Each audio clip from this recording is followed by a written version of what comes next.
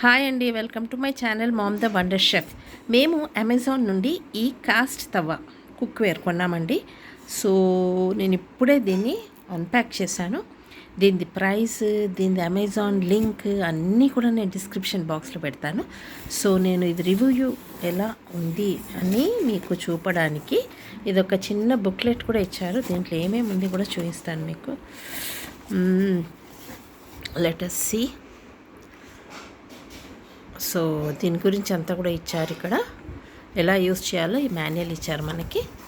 అంతేకాకుండా I think recipes కూడా ఉన్నాయేమో చూసండి. ఇక్కడ 1 సెకండ్ నేను మీకు అన్నీ చూపిస్తాను. ఇక్కడ చూడండి, ఈ సైజెస్లో మనకు దోశ తవ్వ, మనకు కర్వ్డ్, ఇంకా రెస్టారెంట్ వాళ్ళకి సైజ్ 9 సెంటీమీటర్స్, పిజ్జా ప్యాన్ మరియు స్క్వయర్ మరియు షిలెట్ మరియు గ్రిల్ ప్యాన్ లూప్డ్ అనమాట, plus kadai pan, fish fry, paniyaram pan, appam pan.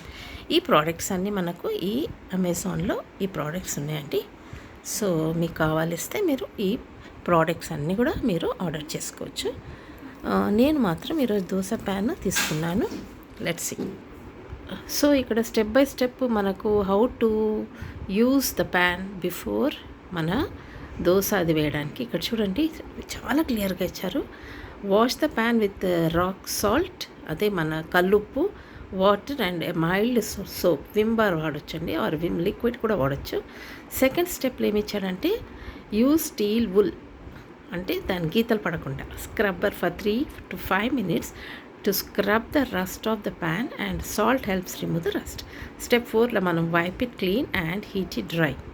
Then 4th steplo your pan is rust free now. In the 5th steplo meeru follow the seasoning process in previous page before using your pan again. And here how to remove the rust. Cast iron cookware will get rusted due to water stagnant on it or due to storing it in a moist place. Not to worry, we can remove the rust easily by following the steps mentioned below.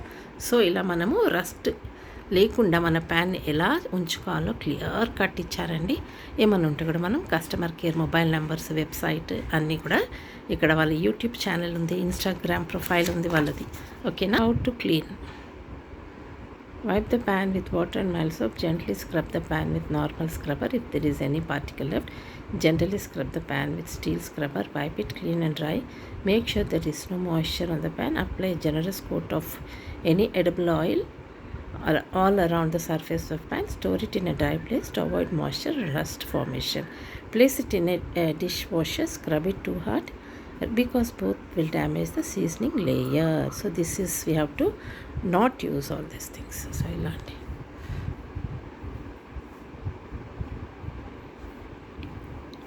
how to re-season ఇక్కడ క్లియర్గా ఇచ్చాడు చూడండి. Wipe it with clean and dry cloth. Apply generous coat of any edible oil. Heat it on a stove in low medium heat for an approximate 20 minutes. Let it smoke really well. Now switch off the stove and let it cool down naturally. So you should not place it in a dish. Do not place it. Do not scrub. It will damage the layer of the pan. Okay na? So these are all the instructions in the given manual book. It's the pan.